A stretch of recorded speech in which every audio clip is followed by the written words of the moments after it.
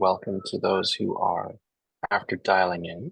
Maybe most importantly, welcome to the people who are watching us live streaming on YouTube, who are perhaps new to our community. It's the first time that they've had a chance to talk with us. And I would also like to say hi to the audience that is watching the recording of this. Now, before every meeting or webinar in the OpenChain project, we show the antitrust policy notice. And this is available in full on the Linux Foundation website. If you're from a member company, you can ask any questions of our counsel, Andy Updegrove.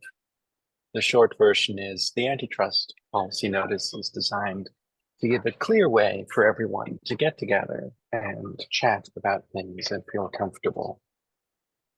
Now, today, our speaker is Carsten, and he's from a company called Meta Effect in Germany. And we're quite lucky to have Carsten here today because he's going to talk about a topic that is very important to OpenChain, very important, in fact, to the entire ecosystem. We're going to talk about a calculator for CVSS. And for those of you who are curious about the fundamentals of this, of course, Carsten will explain it, but basically it's a way for determining vulnerability severity level scoring. And a calculator for that could be very useful. OpenChain, as you know, has the ISO standard for open source security assurance, but not just that. We and many other people are generally trying to manage open source security as effectively as possible. And CVSS is an important part of managing something like security. And what Carsten has been working on with his team, with Meta Effect, looking at this, is trying to provide a clear and easy way to get your head around it, to do good things, to use good processes. But why am I talking about this? I'll hand over to Carsten to actually do his presentation. Over to you, Carsten. Thank you, Shane, for introducing me and the idea of a CVSS calculator today. So I would like to a little bit explore why we need it, so the context, the need, and its function, in order to see how it fits in the overall vulnerability management process. Perhaps some words regarding myself. I'm studied computer science back in end of 2000, went into the professional career, started the Meta Effect 2016 after 16 years of experience as a software architect and CTO in different organizations. And I have been exposed to compliance questions starting 2006. So the idea of having a software bill of materials is quite familiar to me since a long time. And all the aspects around it and the aspect of vulnerability management. I'm was exploring this like 4 years ago at the first time. And by now we developed several tools to support organizations in managing vulnerabilities. But I will all show that and put this into context. But let's start.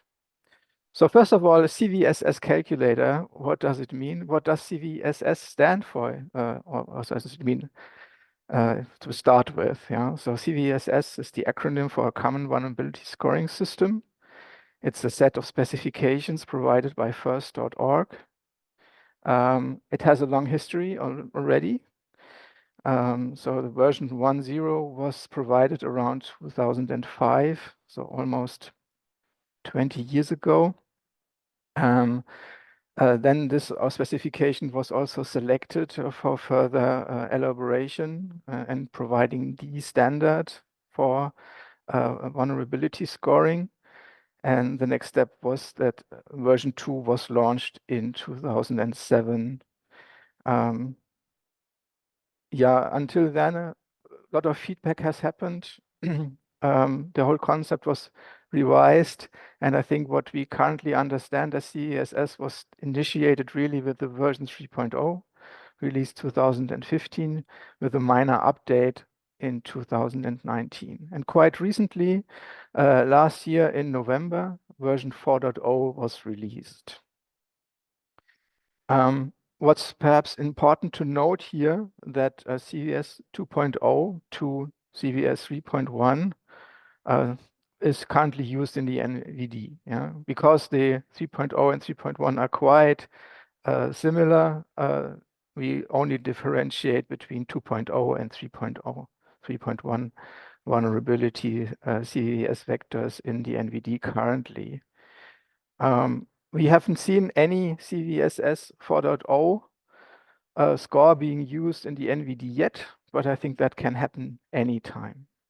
So how does CVSS work from the principles, from the mechanics that are associated with it? So the specification, and here we focus on 3.1 because it's really good to explain, is that you can categorize the different metrics that make up the scoring system into three major groups. One is the base metric group, the second is the temporal metric group, and the third one is the environment metric group. And today I will show you how you can actually make use out of this differentiation, this idea of the separation here. So usually the CVSS vectors you get from the NVD only have the base metric group applied. This is the basic elaboration assessment of the vulnerability in order to convey its severity. And the other two groups are basically providing more context. Yeah? So first of all, the temporal metric groups helps you to understand or to add latest information to the vulnerability.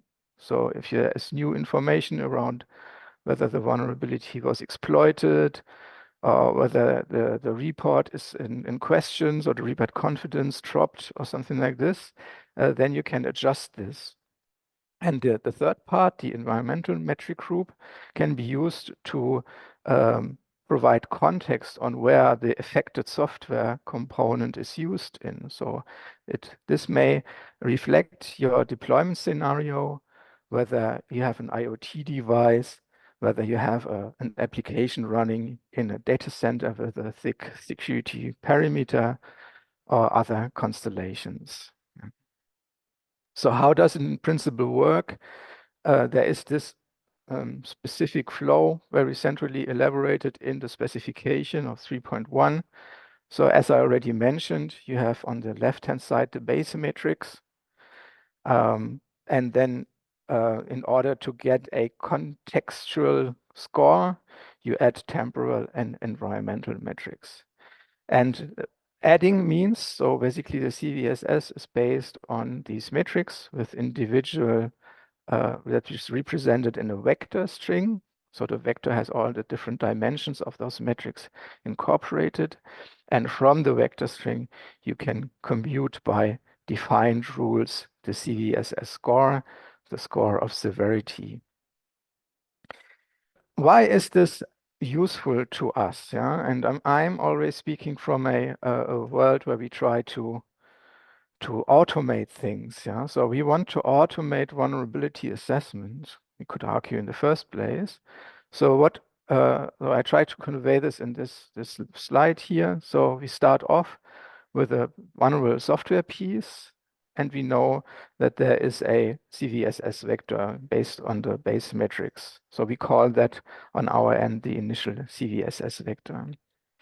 Then we may see that there's updated information around it that is not yet covered in the data source. So perhaps we also have information from other advisories and so on that highlight or that escalate a vulnerability because it has just been verified to be exploited.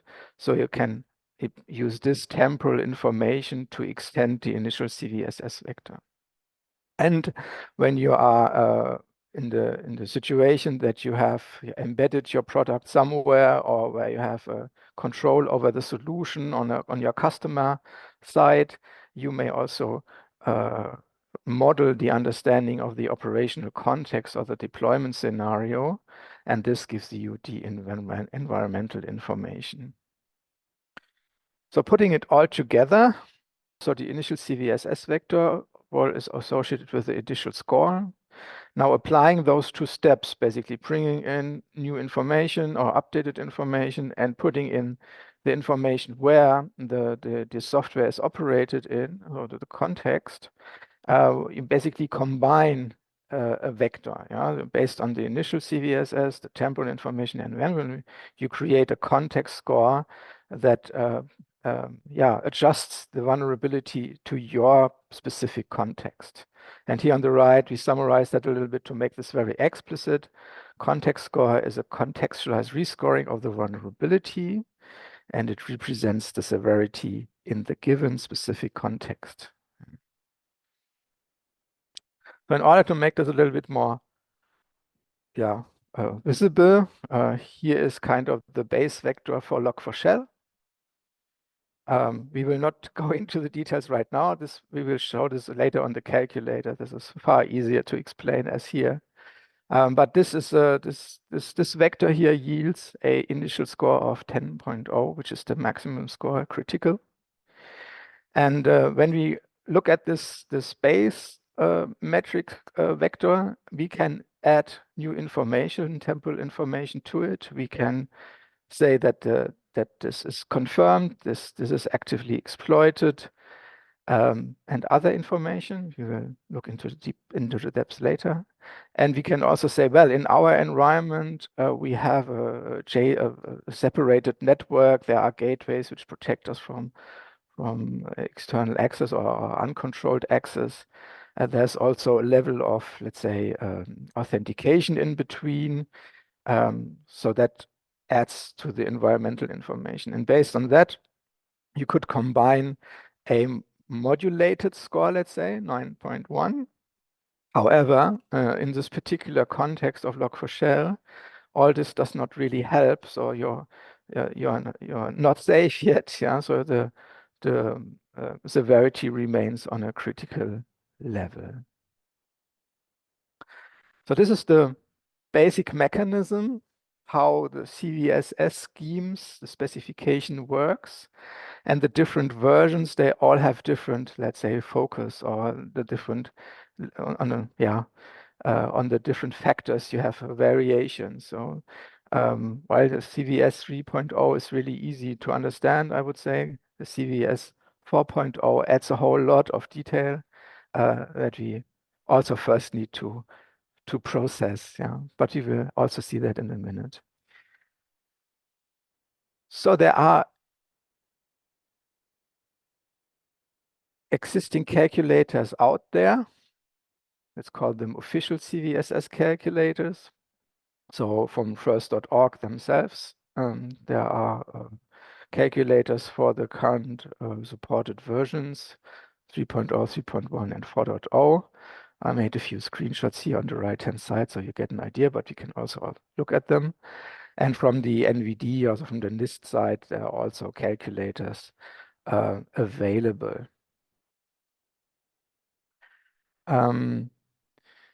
These calculators, from our perspective, have certain issues or limits. One key part that also Shane was mentioning when he introduced the webinar was that we can only show one CVSS vector at a time. But we want to compare, we want to visualize modifications, we want that people work with those metrics and see how they what they conclude regarding a single vulnerability, but also in comparison with others.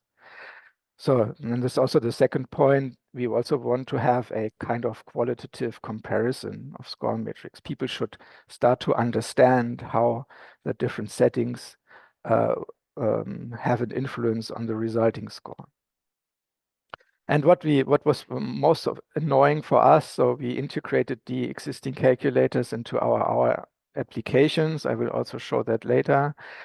And we had trouble because some calculators didn't support the parameters as we required them. So normally we were sending them CVSS vectors, and not all calculators could handle the parameters we provided. Yeah, so we could not, yeah, kind of transport the original vector to the calculator. And so that led to the situation where we had to choose different calculators depending on the structure of the CVSS vector. So for version and structure.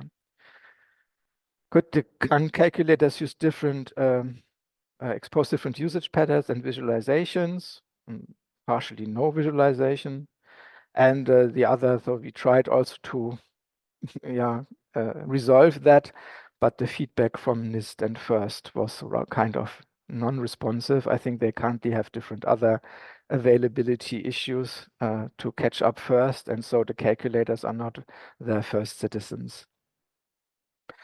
Yeah, and one thing that we want to explicitly support is we start off with an initial vector and we want to modify it in terms of our assessment and then get back with the delta, the modified vector. And this use case is not directly supported by any of those calculators. So in sum, it meant that these calculators were insufficient for us, in particular when contextualizing is a fundamental discipline during the vulnerability assessment. So, and the result was basically, excuse me,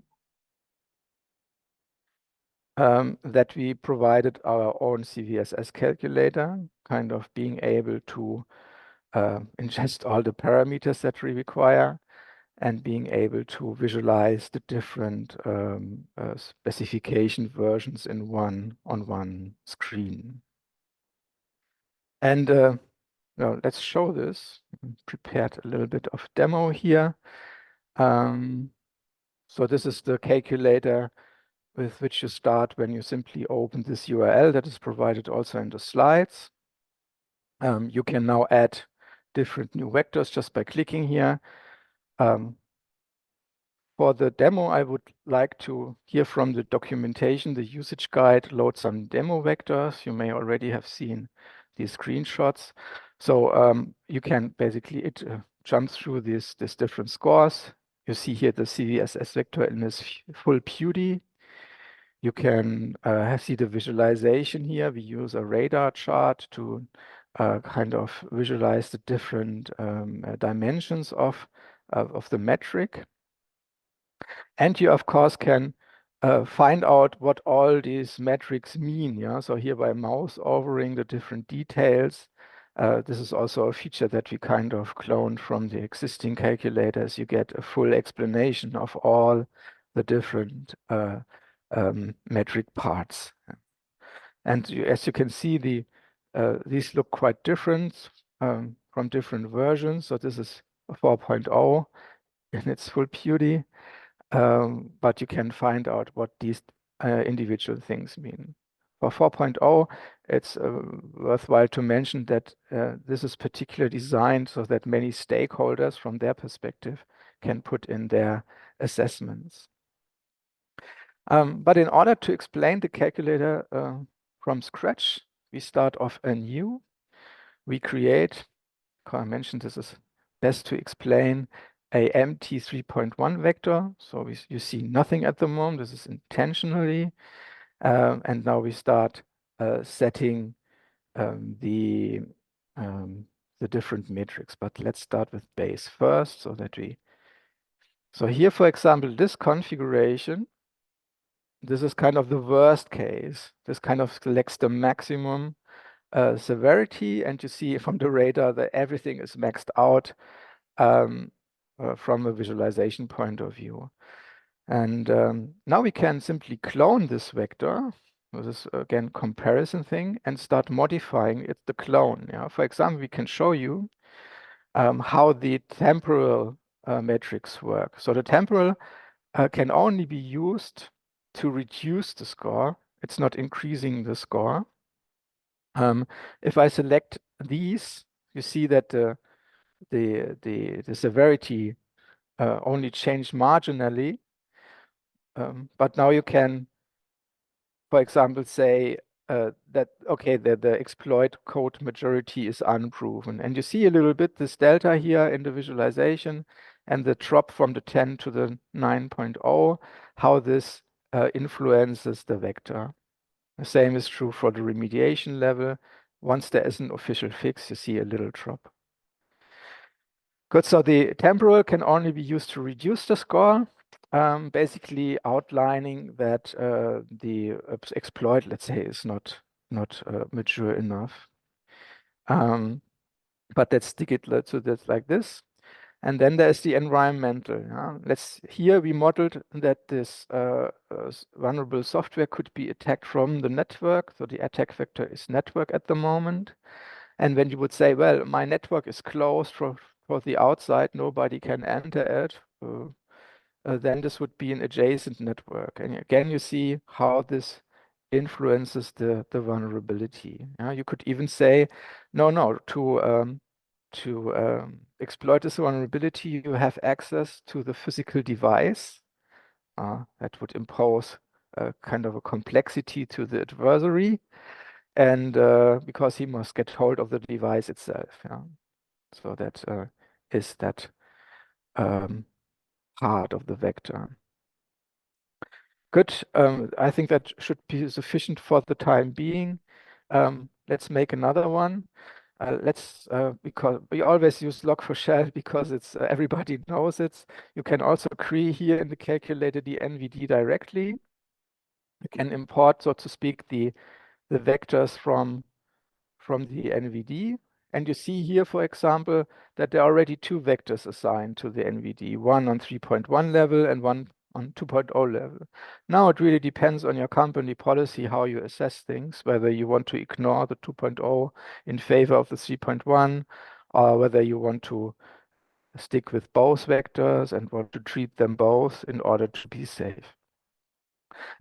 We, for the moment, would remove the 2.0 here, clone this one, and now our assessment begins. Now, so we have the description here of the vulnerability. We would argue, as I did in the slide beforehand, that this network is protected. It's an adjacent network, and you can see from the 10.9.7 is managed. We could also say, well, the modified attack complexity, we leave that, or we say low. And we say there are privileges required to enter the system. So as you can see, the score dropped, as I showed in the slide, to 9.1. However, this is still on a critical level.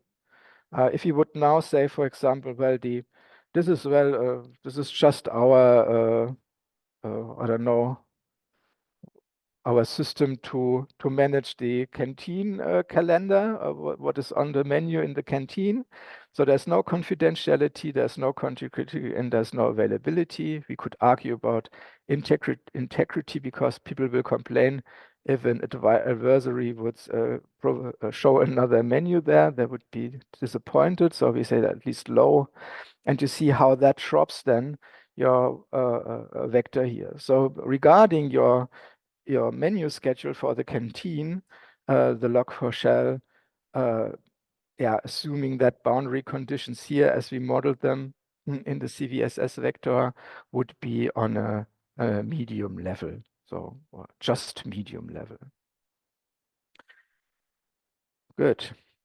Then let's go back to the presentation for a second. So why the fuss with such a CVSS calculator? Usually we are not dealing with only one vulnerability. So we are dealing with significant number of vulnerabilities, many. And what we also want to do is we want to enable automation. So we want to do a kind of a pre-assessment, adjustment to our situation. And this is where this approach of the environmental vector comes into play. We learned, so this is not, we initially didn't provide a concept of saying that we put CVSS at the center of everything, but we learned step by step that CVSS gives us a whole lot of things that we can explore and apply. So in the end, I would say after like 2.5 years of intense working on vulnerabilities, I would say we completely embrace CVSS as a rescoring system, and it's at the core of our concept. It helps us to focus on priorities because this pre-assessment kind of skims away things that are less important to us at the moment. If you are risk-driven in your assessment, you want to do the risky things first, and the scoring, the pre-assessment helps to coordinate that. And well, we also wanted to overcome simple vulnerability listing. I think this is also perfectly in alignment with the specification from OpenChain. We need to do assessments. So that means we need to understand what the vulnerability means for us, for the product, for the solution we are working on. And again, one core aspect is we want to be able to monitor. So we need to kind of model our situation, and based on that model and based on these assessments, we want to further monitor. We want to be made aware of new vulnerabilities, of new advisories, of escalations, like with KEF, known exploitable vulnerabilities, and so on. So this is why we constructed the vulnerability assessment dashboard. So this gives us on a certain asset, it gives you the view on all covered vulnerabilities, and you can sort them. You can apply a contextualization, a rescoring, a mechanism on them. And like in the screenshot here, you see then how your initial severities are kind of massaged here to become more contextualized to your specific problem. And again, I would like to show this in a little bit of a demo. So we prepared a few dashboards here for the demo today. This is also used as a reference project. So here this is about log4j, also including log4shell, and we use Spring as one of the core frameworks for microservices. So you get this overview about the identified vulnerabilities. You have status management. So some of them are in review. They need assessment. Some of them are labeled insignificant. They are below a certain threshold. So at the moment here, this would be 7.0. This is kind of used very frequently in on contractual level. So everything above 7.0 and equal must be treated. Below that, it's not a must, it's a shall, yeah. And here with the overview, you see where you are in terms of what you need to do. So there are still 2 in review from that small set. We started off with 4 critical. By the assessment, we are down to 1 critical. And this is indeed the log4shell. This is here. And here when you click on them, you get a summary of where you are. And here is the moment where we needed desperately a CVSS calculator that works for us, because we show the initial situation without assessment, and then we show an assessment, yeah, with modifications. And the modifications, they are here set for the whole asset. We say we are operating in an isolated network. These are our modifications. Privileges are required, just in the example as I showed you. And now, we didn't want to put all the calculator logic inside, but we wanted to use it, right? So this is why we invented the calculator in the first place. You want to transport this full context from the dashboard here into this view for individual assessment. Yeah, so you can look at the different modifications. Like here, how you come from 10 to the 8.4. What are the adjustments? What do they mean? Now, this is something that would have overloaded the dashboard dramatically, is now in the calculator. And there are a whole lot of other contexts like auto assessments and modification of the CVS based on other information. We have incorporated different security advisories like the GitHub or CertSCI. This is basically customer driven. So their demand regarding cert integration or other advisory information is what we do then in the projects where we integrate this infrastructure. Another example would be if you know that you have certain exposed assets, like here an Apache HTTPD or an OpenSSL.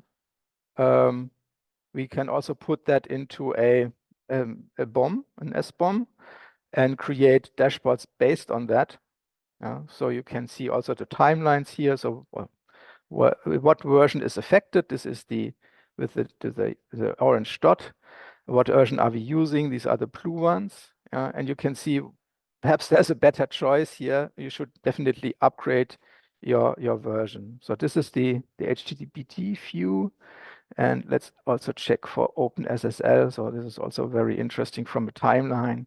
In the timeline, you can often see the endeavor to kind of reduce the vulnerability on a patch level. You also see when projects are good managed that they kind of try to reach a level where they have zero vulnerabilities. Good, and perhaps, I don't know whether this is interesting to you. We try to be technology agnostic with all what we do. So this is a dashboard for Windows 11. So we basically we can show that very reduced information to feed in. So we say, yeah, we are having a Windows 11 23H2. It's a Windows 11. It has this build version. We know that there are certain CPEs in the NVD available. We're using a 64-bit architecture. We elaborated that the Microsoft product ID, which is quite important, is this one. And the latest patch level we installed is referenced by this knowledge base ID. And based on this information, we create such a dashboard here, where we see that based on this information, what vulnerabilities are there due to the patch. There are no criticals, that is good. We also applied contextualization, so that skimmed away 6 vulnerabilities that dropped out of high, but these 38 remain for being assessed. All of them except one, which is kind of a data problem case, are automatically adjusted to being applicable with the automated assessment. This automated assessment is based on the fact that a fix is available. So we basically say this is a FAQSIT, and there is an official fix available. So we also treated the CVSS vector accordingly. And here you can see what this means regarding your vectors. Again, here we could jump on any of those links. We jump into individual views or to summary views in the calculator. So back to the slides. Next one. Good. What else to say? So I think I could convey how you can put CVSS at the center and what it means in terms of required tooling. One vulnerability usually has not one single CVSS vector, but many. And the more advisories you add to it, the more CVSS vectors you get around one single vulnerability. You must find out which one you take as granted, basically as an input, and you must or should add your temporal environmental assessment. This is only one part of a greater picture I want to convey right here. So this is basically our core process that we try to convey. So we have on the left-hand side the hardware and the software assets, and there's of course a process to hopefully automatically and without doubt generate your SBOM, or we used to call that asset inventory in terms of associated with the asset. And based on this, this may be also an SPDX SBOM, a Cyclone DX SBOM, some other format. We basically create currently in an automated fashion 3 things. One is the vulnerability assessment dashboards. This is the top level, where we cover use cases like monitoring and support the assessment. this may be contract or SLA driven, yeah. So you may be obliged to do this for your products, and things like regulation, upcoming regulation like the Cyber Resilience Act, they kind of emphasize exactly on this topic. And the other thing is in the middle, the vulnerability reporting is how do I convey things to my customers, so facing externally, so vulnerability, disclosure documentation. Um, how do you do that? What do you need from a contract, from an SLA perspective? Do we need to do weekly reports, monthly reports? All of that we try to cover. And not to forget, it's not all about vulnerabilities. So software asset management is also about legal demands, compliance-driven demands.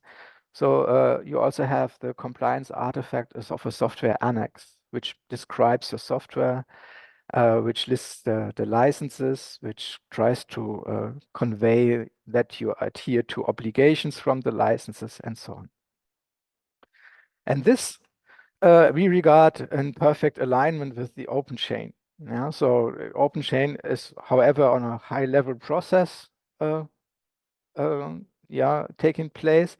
However, it demands those compliance artifacts, it demands various activities, especially regarding vulnerability management. And I think these things that we concluded here are directly related to that. There are some, of course, always some terminology things. The component record is terminology from the new spec.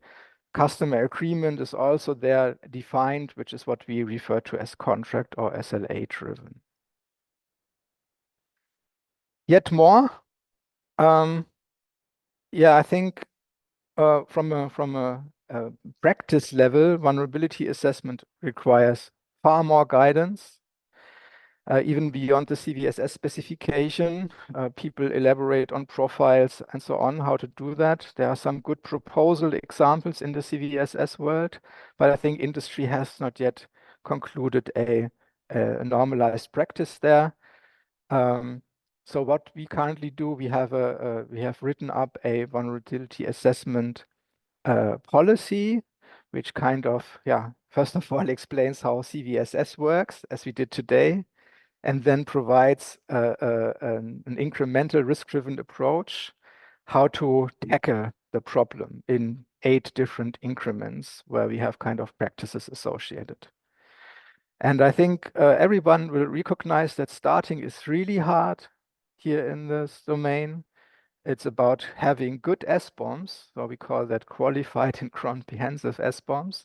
You should not, you have the right granularity, you have to have the right data in them in order to get a good picture on the known vulnerability situation. From a process perspective, you have always been looking at, do I have everything in scope addressed? How is data available? What data sources do I require? What vendor data, vulnerability data is required? What cert do I want to integrate for this particular customer? There's context elaboration with the customer, so how they understand vulnerability monitoring and management. Unfortunately, there are always imprecise contractual obligations at the moment, so we should try to get a clue on that. Yeah, for example, talking about not an abstract severity scoring, but what do we mean? Do we mean initial score? Do we mean contextualized score, for example? Then there's the whole problem around vulnerability correlation, the heterogeneity of the different data sources and philosophies behind the data sources. The whole problem of getting control over significant numbers of identified vulnerabilities. Yeah. For example, if you look at the Linux kernel, there are hundreds. They are all not critical, but how to deal with them. Often some customers expect that we have a zero vulnerability policy, which is just not the reality. So things must be managed. In particular, and then is the last point here, is about customer liaison and how I communicate. Common ground, trust, and then the documentation to trigger and nourish the processes on the customer side. Conclusion here, the ISO from OpenChain is a very, very good starting point. because it adds the stakeholders and the role set. There's a whole lot of details. I hope I could uh, show some of them here in this webinar today, where we need further consolidation on an industry level.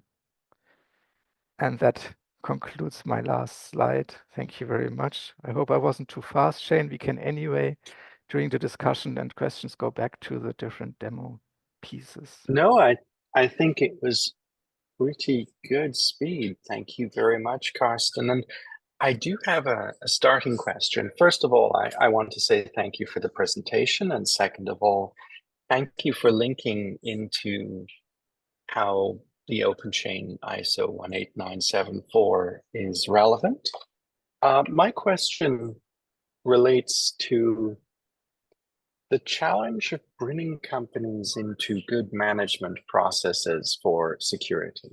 So, one interesting challenge is that a lot of companies want to get something done on security, but they're afraid of the complexity of using someone else's processes or someone else's tools. It's like there's a huge gap between what they think their capabilities are and what they think they need to do. And I think your demo showed that this isn't a goal. It's something you can work on. There's a method. But I was wondering if you ever had a difficulty to explain to people, that this type of approach is perfectly doable, even if you're a small to medium enterprise. And the reason I ask this is because, very similar to Europe, the majority of companies somewhere like Japan are small to medium enterprises. They have very few staff, very little money to spare, very little time. Do you have any suggestions for bringing them Right. So first into of all, these processes? Yeah. First of all, I have to mention that what we try to do here from a company perspective is to provide all that as open source building blocks. Yeah. So, but we are perhaps not quite there yet. There's a lot of documentation to write, but we by the end of this year, we want to bring this whole. Let's use this slide here. We want to make that possible to everybody. Yeah. There's a whole question around data sources, and you need to, for the automation, so the core automation will be all open source, Apache license 2.0 based open source. Yeah. And however, the data that you use, for example, the advisories, you have to manage them on your side. Yeah, you have to find out, can I use this? What are the terms and services, and so on and so on. But this is something we cannot cover. We try to cover that as far as possible. If there are public domain Creative Commons databases, we ingest them and we massage them, we index them, we provide those derived content. Yeah, but this is, I think, something you have to keep in mind. The other thing regarding your question is really this reference to this incremental approach. Yeah, you have to get started. You have to model it. Yeah, this context elaboration. I think there is a lot of things you can do with few money already. Yeah. To better understand your own assets and software pieces. Yeah, put them into a model, and then you will already get results. Yeah, and then you will have to work on the results. This can be always time boxed. This can be with a different goal, having the increments in mind. Yeah, for example, the first increment is, perhaps I show you one of the dashboards here. We have here this priority score. Yeah, this is kind of a custom score. Let's use this first one here, where we said, okay, there are certain keywords in the description that we don't like to see, yeah, like something that refers to an external attacker. So we kind of escalate this to you, and we would say the first thing you need to do is to work down those priority scored items, because from your the keywords that you represent put down into configuration, they seem to the most critical ones. Yeah. And then you could say, well, I only want to address those which are on a criticality beyond or equal to 9.0. So the range from 10.0 to 9.0. This could be the first, this is then the first increment is to make all of the critical ones with a high priority score. Then you do the remainder. Yeah, so it's basically like a risk-driven assessment that gives you small increments you really can tackle.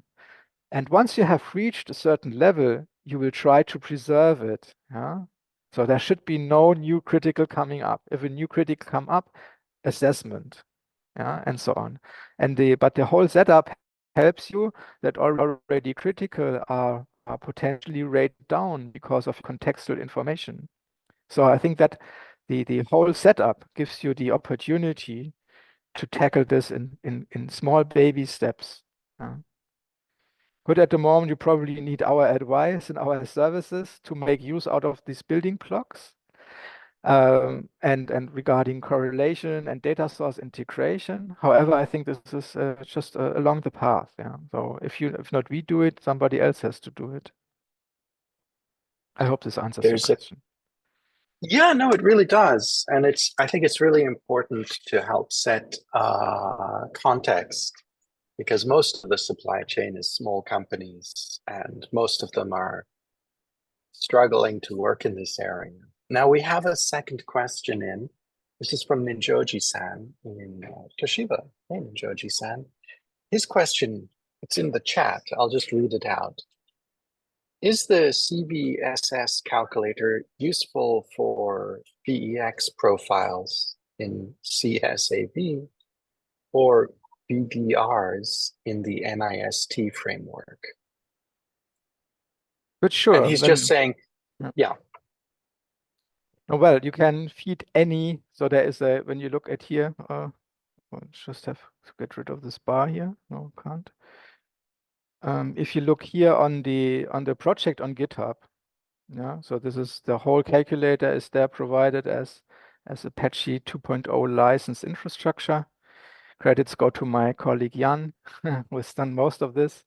And here you see how you can parameterize the calculator. Yeah? So you can put in, for example, a CVE, yeah, like this into the parameter list, or you can put in your vector, name it.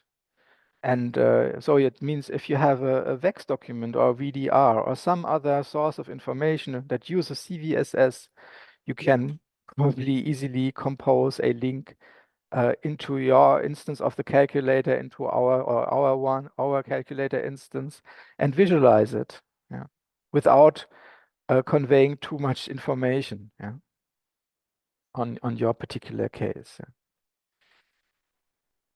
So I think that is the integration piece. The calculator is actually built exactly for this. If if you ask us, the whole world can link to our calculator. Yeah? Why not? And from what the source of the CVSS or CVE information is, we don't really care. This is up to you. Yeah, you can use this from everywhere. I can give you another example, perhaps. So haven't shown this yet. So these documents that we produce. For example, here, this is our license documentation template. This is a small example. This is Apache Log4j and Spring example. Where we say these are the artifacts that we have. And for example, here we have then the license compliance pieces. Yeah. So present the copyright, present the license text. Here's a BSD3 clause, and so on. And on the other hand, so this is again then a use case for the calculator. Oh, we have a documentation with different building blocks you can combine to convey your vulnerability situation, your assessment status, but also to provide lists of vulnerabilities. So here again, we have the information from the dashboard, initial severity, contextualized severity, what is the status? So this is log4shell again. So we also provide then the details in the document. And now the important part, uh, here we of course link to the calculator, right? So this is one integration. Oh, no, I jumped out of it. One integration example that shows how you can easily, it's just the same. example again, how you can integrate this into your environment. Yeah. Let's use the 3.1. Yeah. So you see here 8.4 is in the document, and what is actually then adjusted. So, and well, as I said, the calculator is constructed in the way that he can ingest all of these different CVSS vectors. Back to you, Shane.